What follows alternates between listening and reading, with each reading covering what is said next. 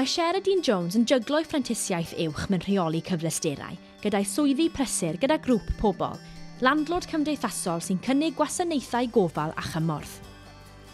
As Group Governance Assistant and Assistant Data Protection Officer, Sheridyn is involved in projects including the redevelopment of Pobl Group's Exchange House headquarters in Newport, implementation of agile working practices and achieving business cost savings.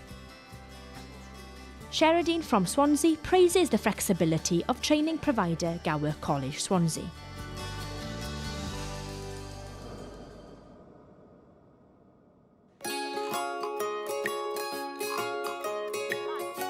Ysbrydolwyd Esta Lewis gen ei diweddar dad cu, glôr a oedd yn awyddus i sicrhau bod hanes ar gael i bawb, a heddiw, hi yw swyddog trefdadaeth dan brentisiaeth cyntaf Rhondda Cynon Taf.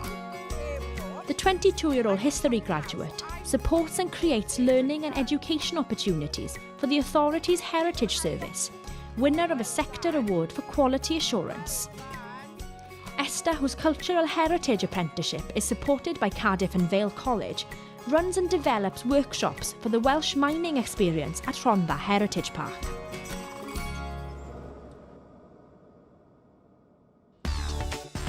Oherwydd ei lwyddiant ar brentisiaeth uwch mewn dadansoddi data yn y swyddfau ystadegau gwladol ONS, mae Joe Pescett wedi cael teithio i Ewrop ac America, ac mae taith i Affrica ar y gweill.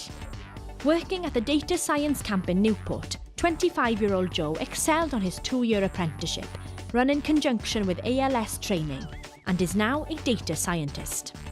Working with data based on Google Street View images, he has developed a prototype visualization tool